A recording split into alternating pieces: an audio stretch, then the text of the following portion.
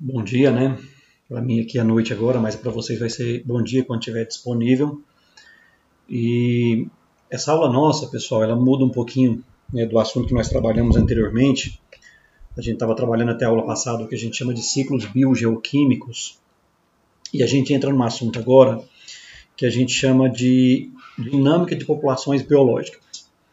A gente vai trabalhar um pouquinho sobre a questão de crescimento populacional, de fatores que interferem no crescimento, que atrapalham, né, o crescimento, que promovem o crescimento de uma população.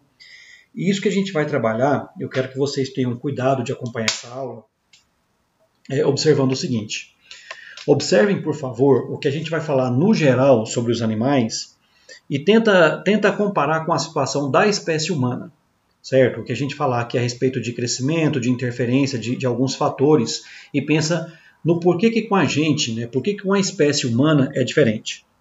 A gente vai começar essa aula e eu vou cronometrar aqui mais ou menos o tempo que a gente vai fazer de videoaula para a gente terminar essa aula com vocês na semana que vem, nas nossas aulas Zoom. Ok? Então a aula está toda preparada, eu vou parar ela num momento oportuno aqui, para a gente dar sequência depois nas nossas aulas ao vivo. Olha só. Primeiro, vamos a algumas definições. Né? Eu não gosto da ideia da gente ficar decorando coisas, mas é interessante a gente saber a definição daquilo que a gente está trabalhando. Quando a gente fala população, na verdade, a definição é um grupo de indivíduos de mesma espécie no mesmo ambiente. Certo? Então, por exemplo, aqui você tem um exemplo de população humana. Você tem um grupo de seres humanos existindo num determinado ambiente. Aqui você tem uma população de elefantes. Eu tenho um grupo de indivíduos, sendo de uma mesma espécie, certo, existindo no mesmo ambiente. Essa população de elefantes, por exemplo, não é a mesma que existe em um outro ambiente, em um outro país. Tá? A população, então, a definição é essa, são esses dois conceitos, mesma espécie, mesmo ambiente. Tá? Cada população, pessoal, ela se adapta a um ecossistema. Então, por exemplo, tem uma determinada população que se adapta a um ecossistema marinho, que eu coloquei aqui como exemplo. Tem população que se adapta a um ecossistema de cerrado, a um ecossistema de floresta, a um ecossistema de geleira e assim por diante. Então, cada população ela tem, os indivíduos dessa população, elas apresentam características que as fazem ser adaptadas àquele ambiente em que ela sobrevive. Certo? Adaptações do tipo luminosidade, oferta de alimento, temperatura e coisas do tipo. Tá? Quando você tem duas populações diferentes coexistindo, ou seja, vivendo no mesmo ambiente, no mesmo ecossistema, tem que haver um equilíbrio, pessoal, entre essas duas populações. Via de regra, a gente vai estar falando isso depois com mais detalhe, via de regra, quando você tem duas populações existindo no mesmo ambiente, essas populações elas apresentam nichos ecológicos diferentes. O que é nicho ecológico? Quando a gente fala nicho ecológico refere-se ao modo de vida desse ser vivo. Os hábitos, se são noturnos, se são diurnos, que hora que se alimenta, que tipo de alimento que usa, certo? Se é herbívoro, se é carnívoro, então coisas desse tipo. Então, de repente, você tem dois grupos de animais vivendo no mesmo ambiente, porém, os hábitos, o modo de viver desses dois grupos ele é diferente. Apesar do ambiente ter características que fazem com que os dois grupos se adaptem. Tá? Então, há essa situação também. Um outro detalhe é que, e como eu disse para vocês, a gente vai estar falando mais para o final com relação à espécie humana, a gente sabe que a população humana está em crescimento acelerado. Certo? A gente sabe que esse não é o único, mas é um dos sérios problemas que a população humana vem enfrentando, a população humana mundial vem enfrentando. A gente vai discutir isso um pouquinho mais lá para o final. Problemas, por exemplo, um dos problemas que existe quando se trata de crescimento populacional humano é exatamente isso aqui, o problema quanto à oferta de recursos naturais. Certo? Então, esse excesso de seres humanos que nós temos hoje faz com que isso aqui tenha acontecendo, venha acontecendo. Nós temos um problema sério de falta de recursos, porque nós, além de nós não estarmos em grande quantidade no planeta, nós ainda temos um problema que não é comum entre os outros animais, que é o problema do consumismo, certo? Que é você usar recursos da natureza sem a necessidade de usá-los, certo? Então a população humana, comparado com outros seres vivos, com outros animais, ela enfrenta ainda esse problema. E aí, Tem uma parte aqui que a gente fala sobre densidade populacional, e é claro, pessoal, que envolve alguns cálculos matemáticos, é bem matemática básica mesmo, mas não é nossa praia, tá? Eu vou estar explicando aqui de forma bem rápida, acredito, inclusive, que vocês, com a professora Márcia, até têm um pouquinho mais de conhecimento, né, conseguem lidar com isso aqui melhor que eu. Mas quando a gente fala de densidade populacional, a gente se refere a isso aqui, ó, ao número de indivíduos, né, tem um erro aqui de português aqui de digitação, dividido por área.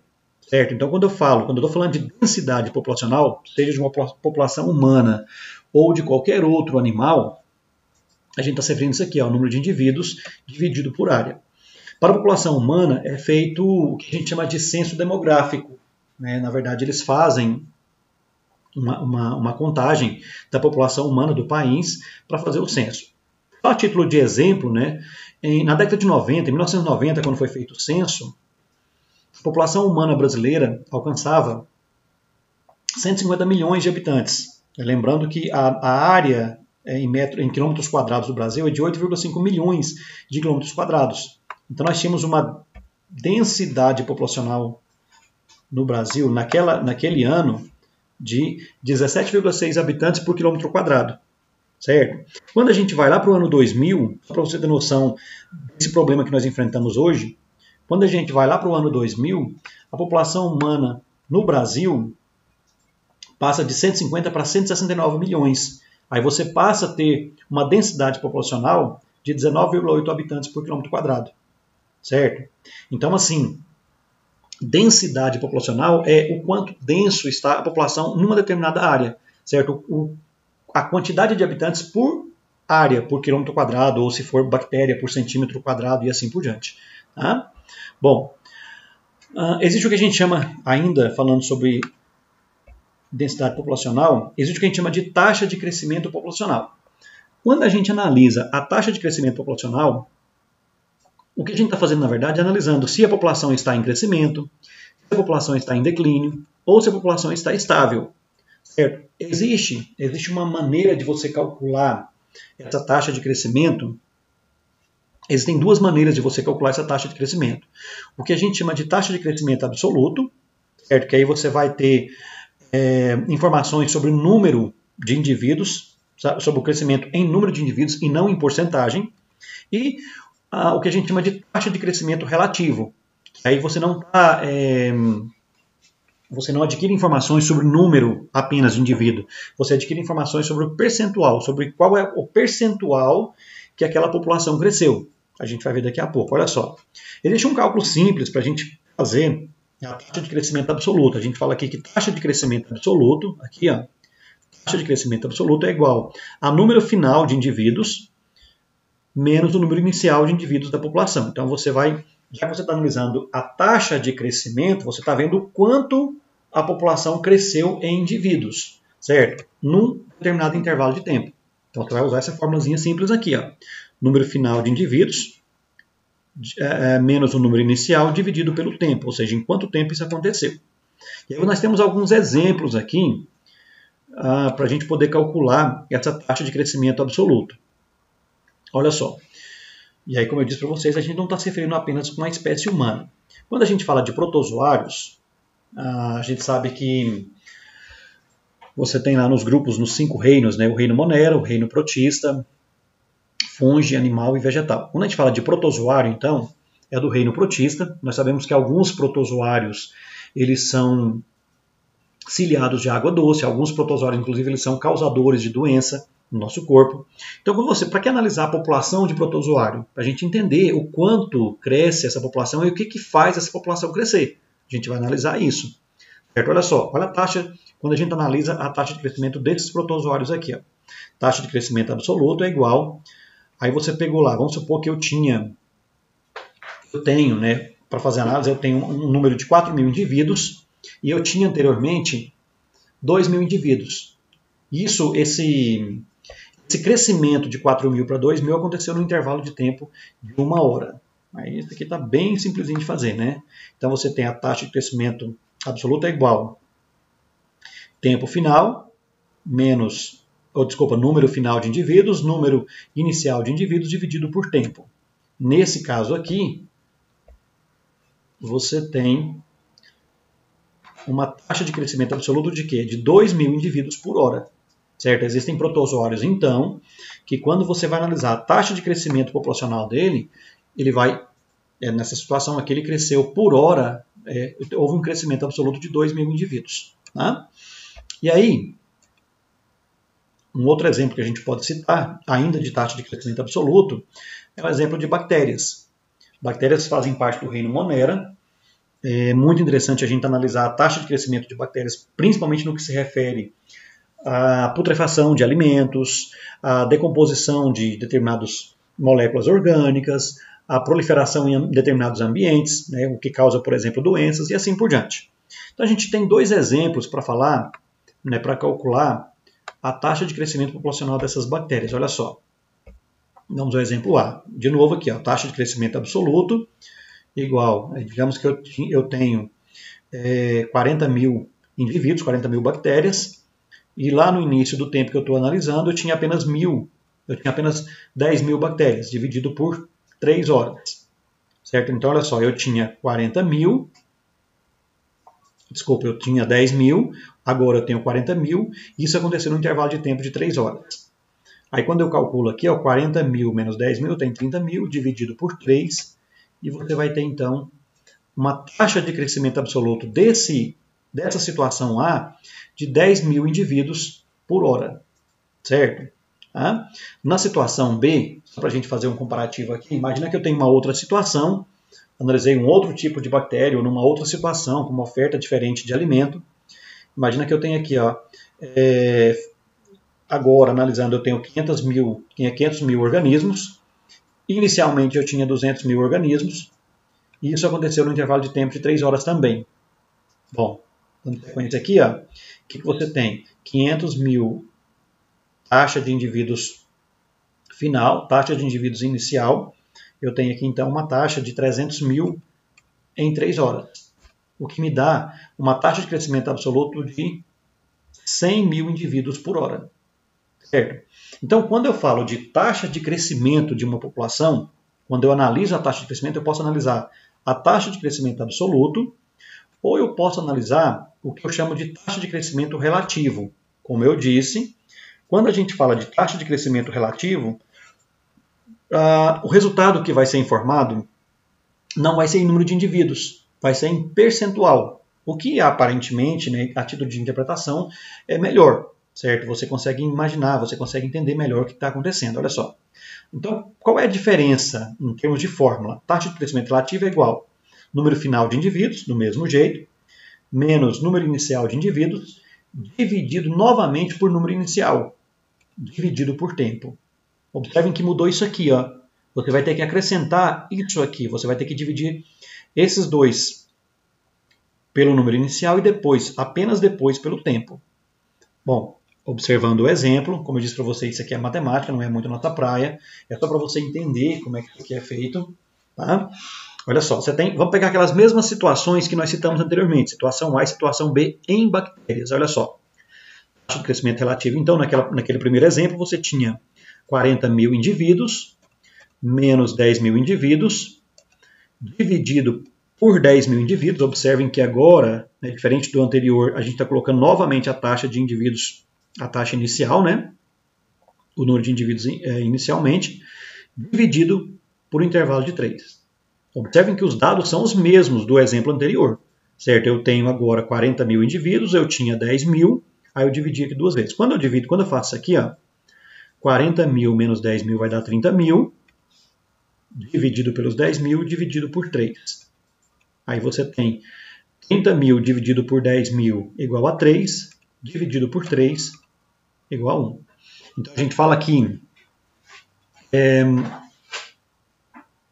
a taxa de crescimento relativo aqui seria 1 indivíduo por hora.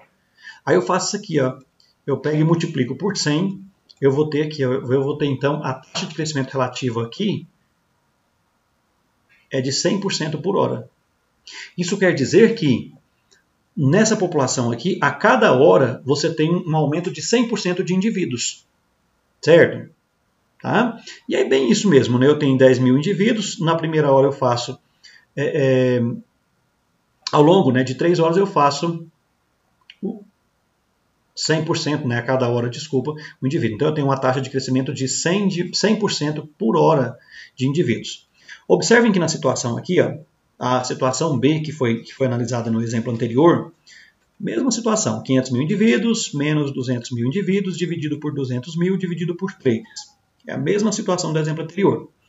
Eu vou ter aqui então 300 mil indivíduos dividido por 200 mil dividido por 3. E aí você tem o quê? Quando eu divido 300 mil por 200 mil, eu tenho 1,5.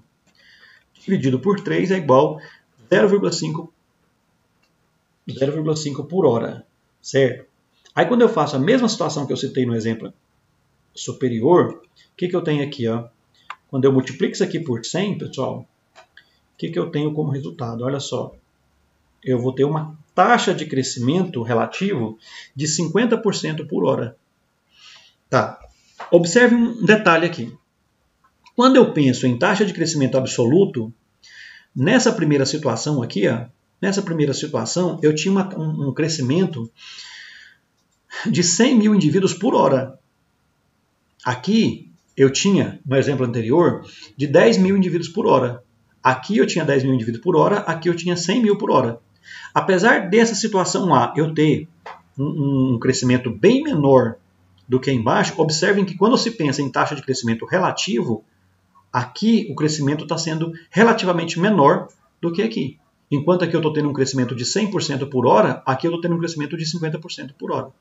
Por isso que eu posso dizer, então, nesse caso, que a taxa de crescimento dessa população aqui, ela está mais acelerada do que dessa população, apesar da quantidade aqui ser maior. Ok? Bom, olha só.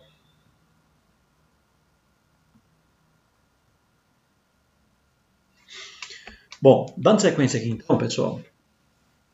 Crescimento populacional. A gente fala assim que crescimento de uma população depende de alguns fatores, certo? Principalmente desses 4 fatores aqui, ó. O que a gente chama de taxa de natalidade, certo?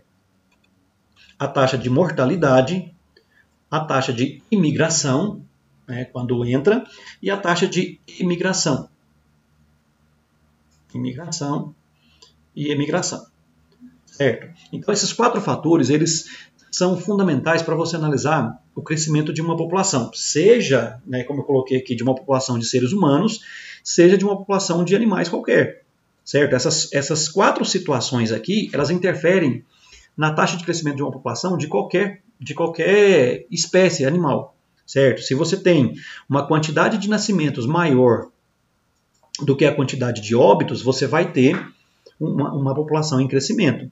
Se você tem uma taxa de imigração maior do que a taxa de emigração, você vai ter uma população em crescimento também. São esses 4 fatores que interferem, né, que promovem uma análise do quanto a população está crescendo. Quando se pensa em seres humanos, a gente fala assim que o crescimento da população em humanos é medido por nascimentos por 1000 por ano, certo? Ou por óbitos por 1000 por ano.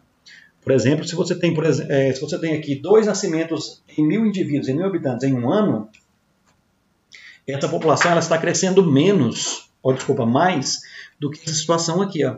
Quando você tem 2 nascimentos em 1000 habitantes em um ano, é maior do que 4 nascimentos em 4000 em um ano. Nesse caso aqui, você tem um nascimento por 1000, e aqui então você tem 2 nascimentos a cada 1000. Tá? Um outro detalhe que é interessante, quando se trata de crescimento, é o que a gente chama de taxa ou índice de fertilidade. Olha só. Seria o quê? Seria a média de descendentes de uma fêmea no período fértil. A gente sabe muito bem que, ultimamente, quando se trata de população humana, por exemplo, a gente sabe muito bem que o índice de fertilidade da espécie humana ele vem caindo. Certo? A quantidade de filhos, a quantidade de descendentes de cada casal, por exemplo, ultimamente, né, hoje a gente pensa em casais que têm um filho, ou casais que nem têm filho, certo? A média de nascimentos por casal acabou diminuindo. Aí a gente fala assim, se bem que isso aqui é um dado que estava no livro e que eu não concordo muito bem com isso.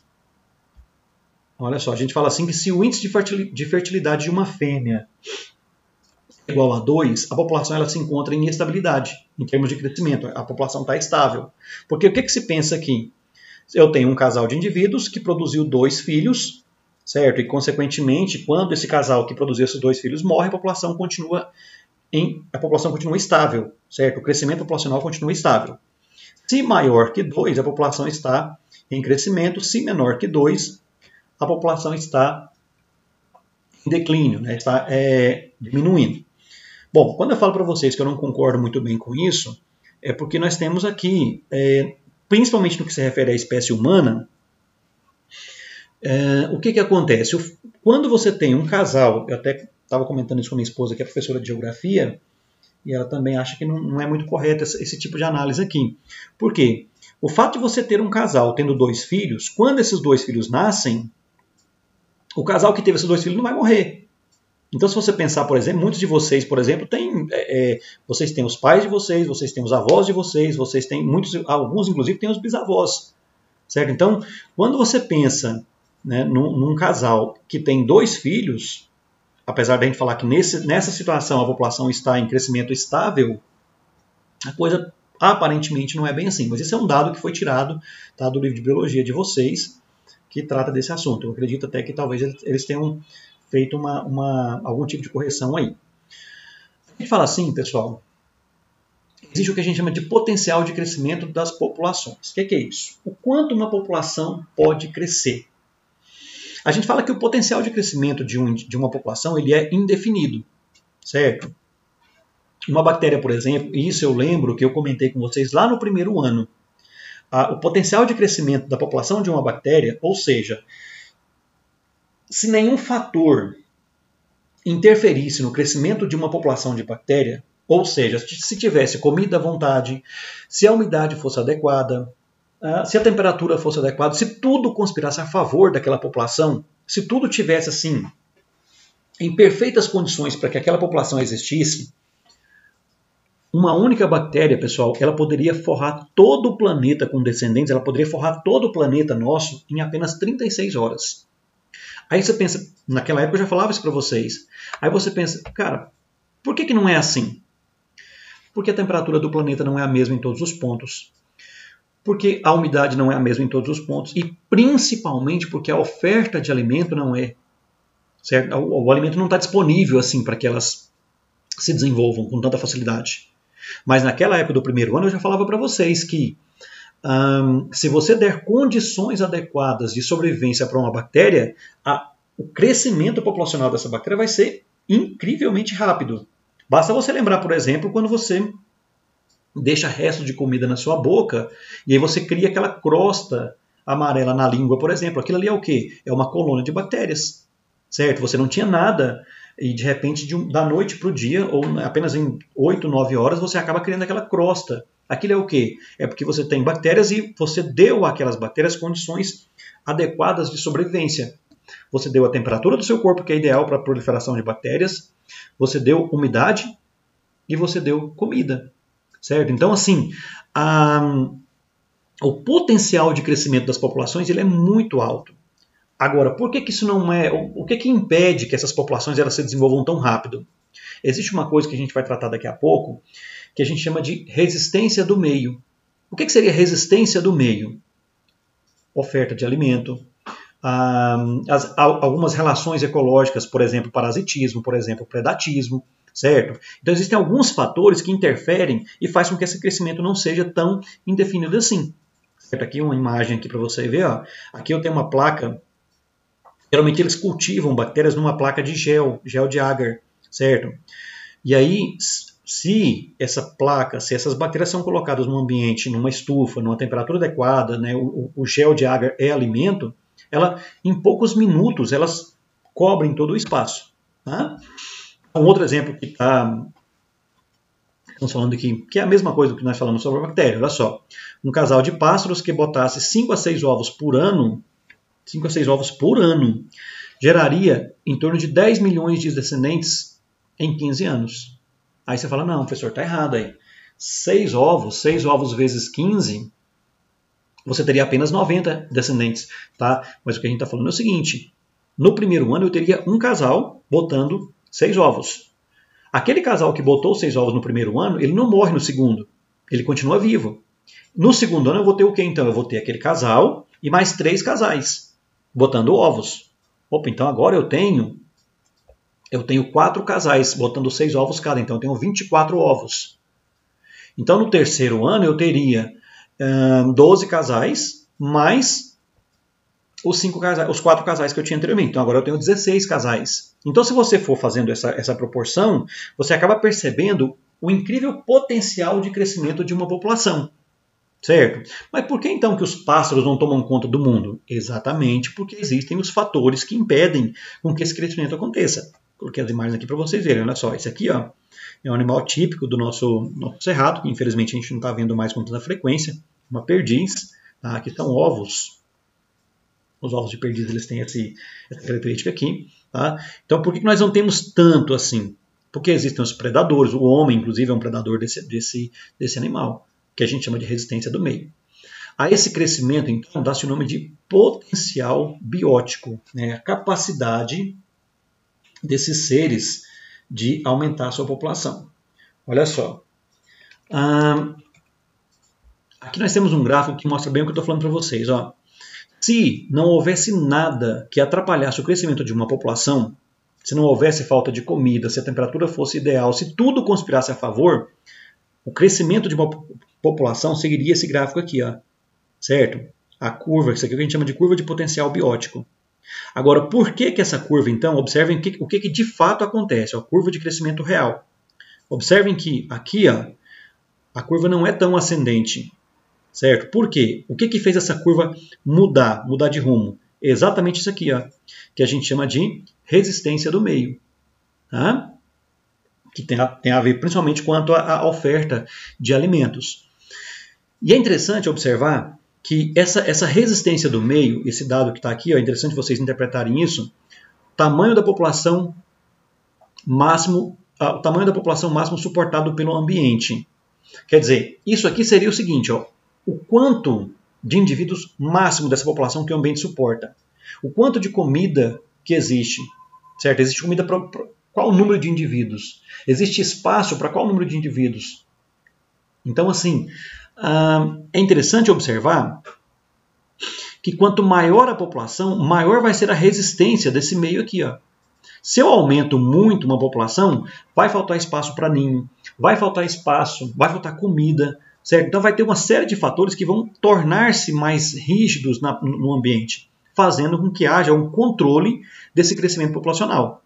Quando a gente fala, pessoal, que quando você tem um ecossistema em equilíbrio, aí você chega lá e você interfere num ponto do ecossistema, se você mata o predador, se você mata a presa, se você interfere de alguma maneira no ecossistema, você acaba provocando todo um desequilíbrio nesse ecossistema, certo? Aquilo que eu falei, olha só, quanto maior a população, maior a resistência do meio. Tá? Então, quais são os fatores limitantes do crescimento populacional? Primeiro, a disponibilidade de recursos, certo? Então você vai pensar aqui, ó, na quantidade de água. Quanto de água tem para essa população? A oferta de água, a oferta de alimento, certo?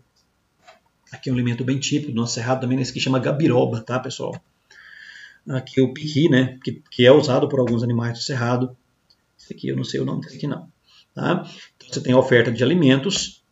Um outro fator determinante ou limitante, né, do crescimento populacional, a relação presa-predador.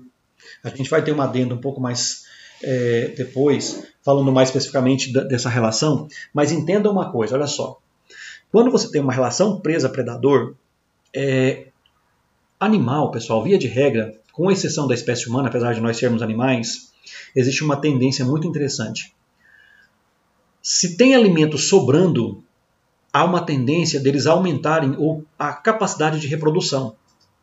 É uma questão muito lógica, né? Quer dizer, se eu não estou passando fome, se está tudo bem para mim, então bora fazer filho. Se por um acaso falta comida, há uma tendência de diminuir a capacidade de reprodução. Então, pensa, se eu tenho um grupo de predadores, e aí está faltando presa, não tem alimento suficiente, esses predadores, a tendência natural é que eles diminuam a capacidade de reprodução e a tendência natural também é que alguns morram de fome. Ou seja, eu vou diminuir a população de predadores. Pensa comigo aqui, ó, se eu diminuo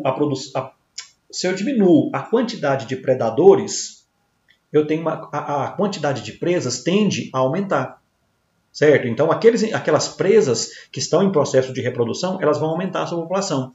Quando eu tenho um aumento da população de presas, agora a oferta de comida para os predadores está aumentando. Eles aumentam a capacidade de reprodução. Observe o seguinte, ó, aumenta predador, diminui presa. Ao diminuir presa, diminui predador, provocando o aumento da presa. Então, se você colocar a população de presas e de predador num gráfico, você vai perceber que os dois traços eles ficam oscilando. Ora predador está em alta, ora predador está em baixa e vice-versa. Há um controle, certo? A relação presa-predador é muito importante nesse controle populacional, certo? Olha só, aqui nós temos um exemplo, né, de predatismo. E aqui outra aqui, isso aqui é uma lontra, tá, que está se alimentando de um peixe.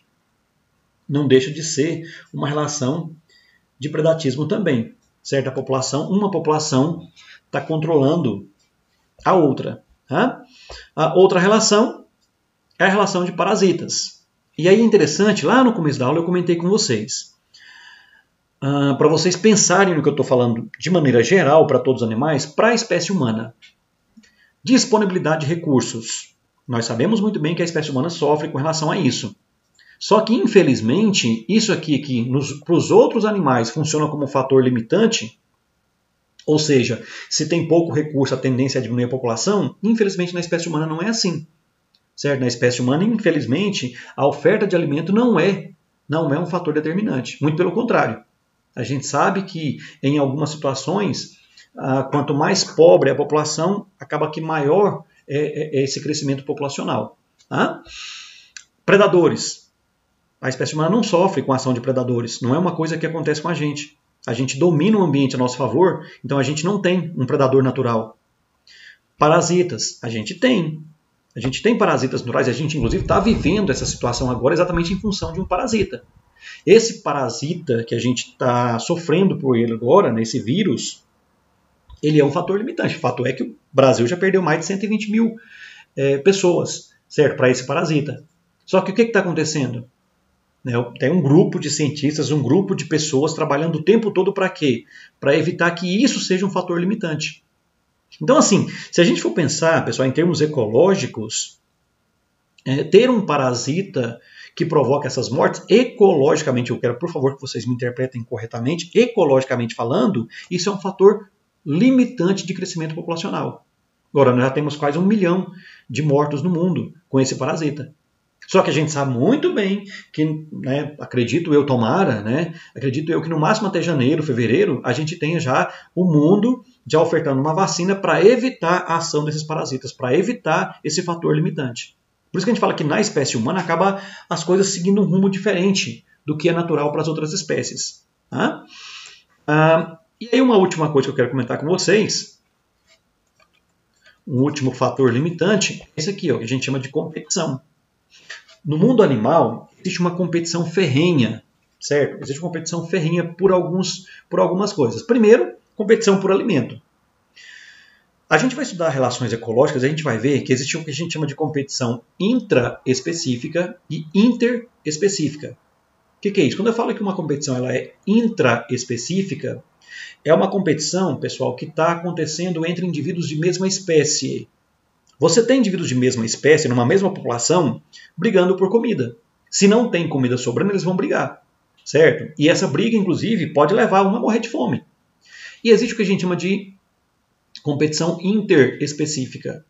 O que é a competição interespecífica? É a competição que existe entre indivíduos de espécies diferentes.